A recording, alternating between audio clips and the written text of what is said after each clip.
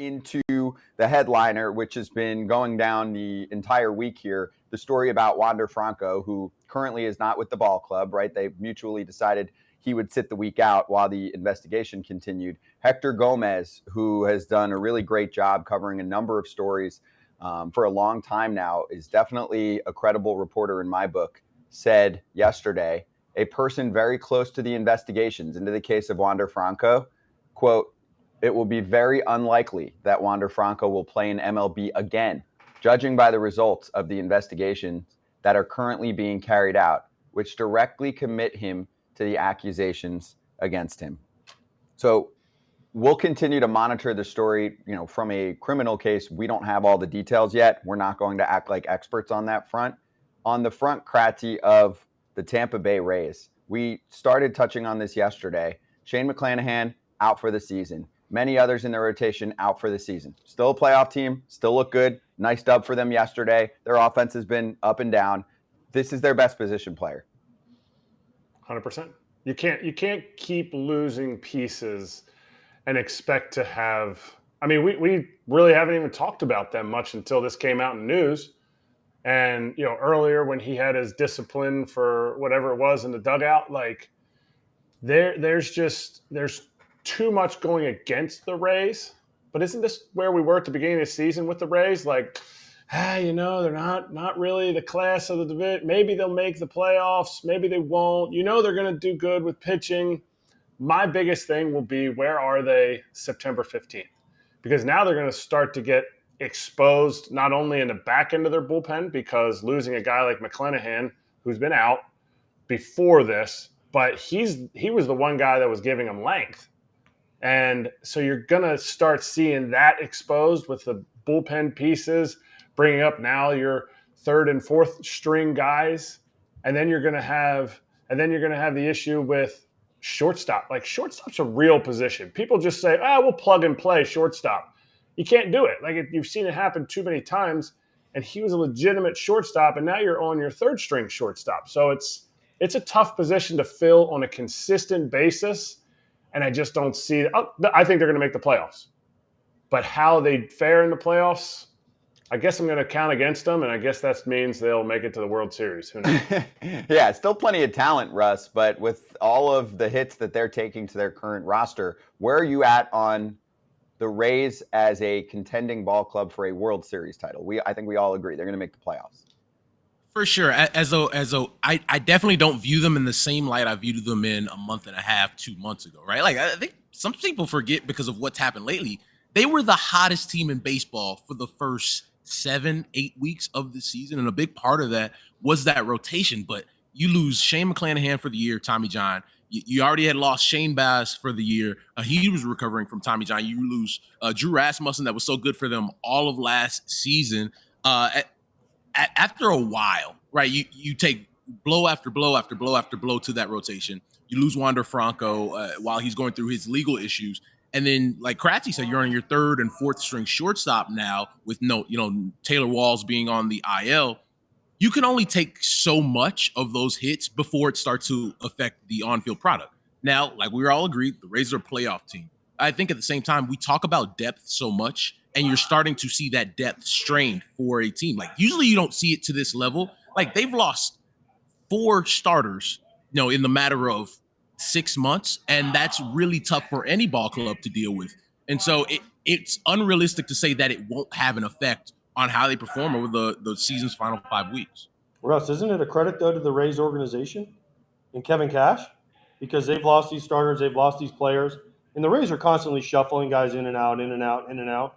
So they're probably the best organization. Them and the Dodgers are probably the 2 organizations that can handle this because they're used to doing it more than any other teams.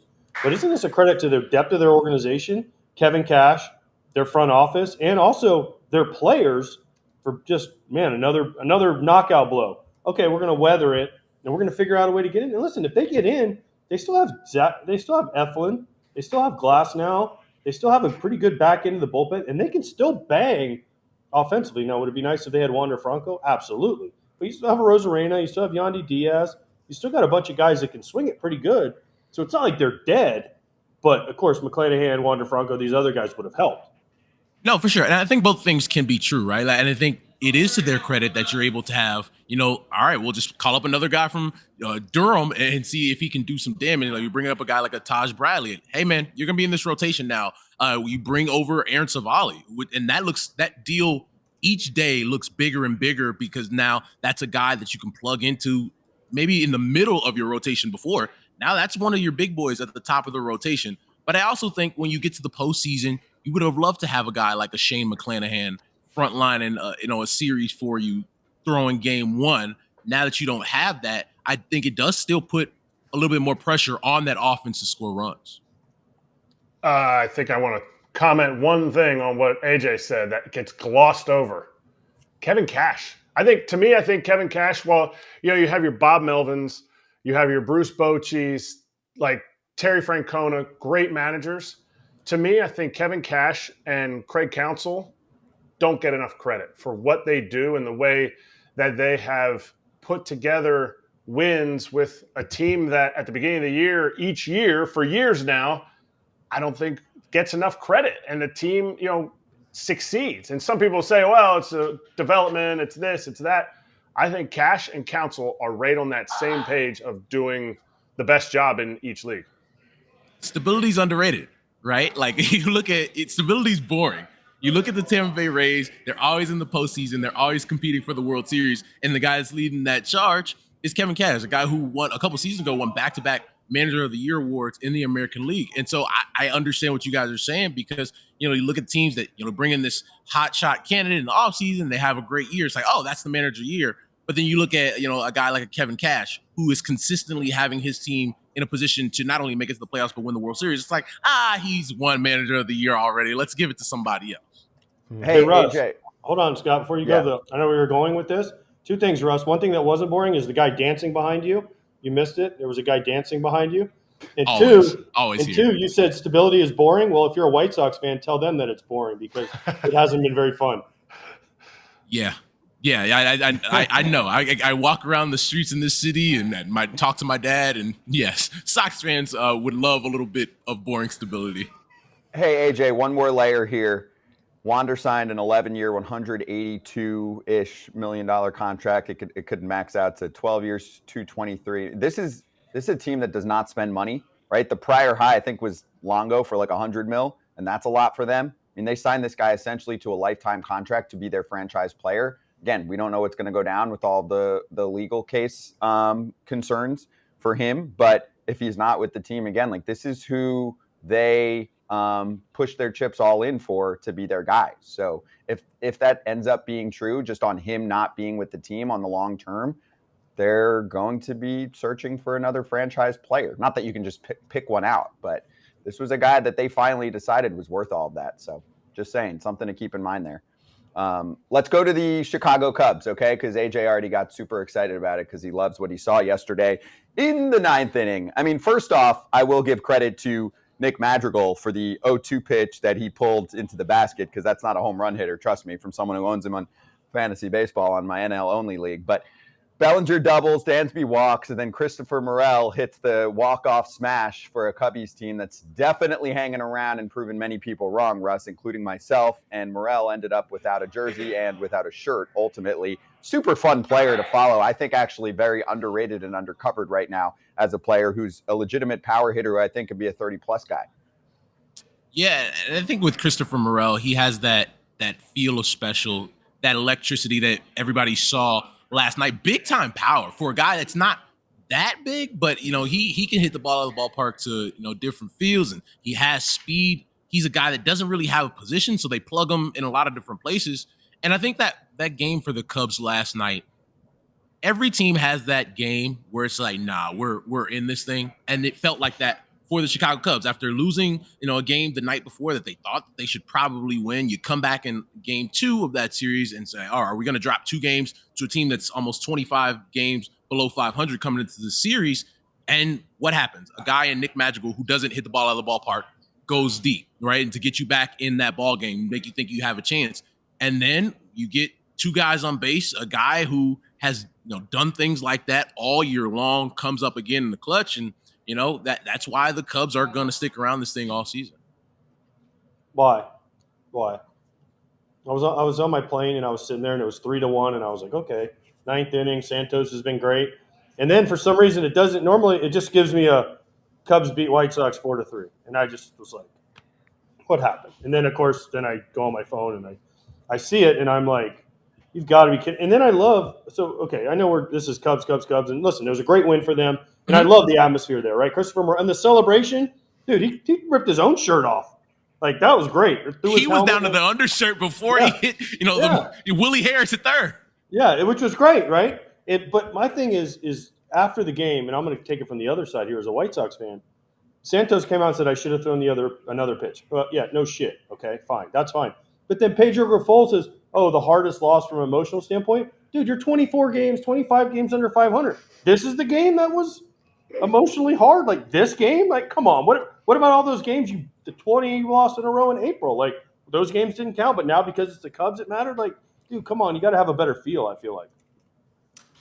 I get what you're saying. I really do. But you've played in that rivalry, and it doesn't matter how bad one of the two teams is. They're going to feel that way, right? Like, you guys had years where you were playing really well, one of the best teams in baseball in 05, 06, 04, whatever, before you got there. And then, the Cubs can be terrible. It's not going to matter. 08, both teams are really good. And then you have the city, really going crazy. So I understand Pedro Grifol's point from an emotional standpoint. I also understand your point where it's just like, no, you guys, I wish this emotion would have been there 25 before you got 25 games under 500. Then maybe you're not in a situation where you have to, get yourself up for a game like this that might not matter more to the Cubs than it does to you.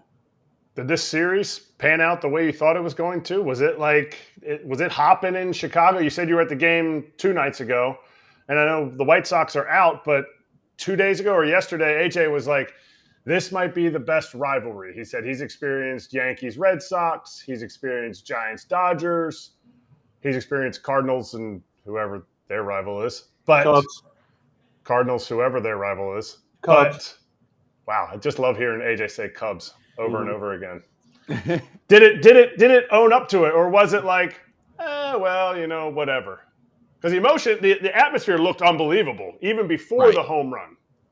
I think 2 nights ago, even after, like, Luis Robert Jr. hits that homer and the place goes up and he has the big time celebration where he does the 360 spin, he tosses the bat. That's a big time moment for a team that, as we mentioned several times, 25 games under 500. There was still a lot of emotion involved in that game. You still have Cubs fans groaning when that ball comes off the bat. You have Sox fans high-fiving when that ball comes out off the bat. And then you have last night's game. I think for a city that is pretty divided in terms of, one fan base feels like their team is disappointing and shouldn't be in the position that they're in, and one team is like, this team should go to the postseason.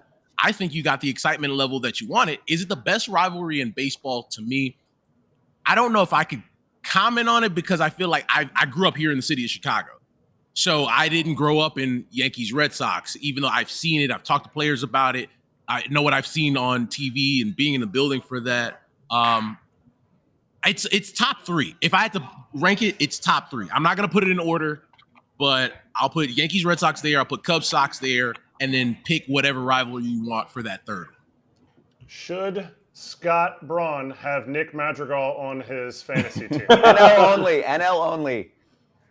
That's ballsy, Scott. I'm not gonna lie to you. No, I'm in first or second place for the whole year, and it's a very deep roster. We don't have time to explain all of it. Maybe I'll do a Foul Territory After Dark for anyone that really wants to hear about my fantasy team. No one does. Nobody cares. Nobody does. Just why batting average is tough to find these days. Just saying, kids. Maybe we'll do a poll question tomorrow for best rivalry at the current moment in all of baseball. I doubt Cubs White Sox wins, but we'll see. Let's cue up the poll question for the day, though. How do you feel about analytics in baseball? A, love it. B, like it. C, hate it. D, to each their own. I like that we're giving like a really wide array of opinions. Scan the QR code on the screen or watchstadium.com/foul territory. Russ, thank you, sir. Excited for you to see this stuff. Thanks, guys. We'll be right back.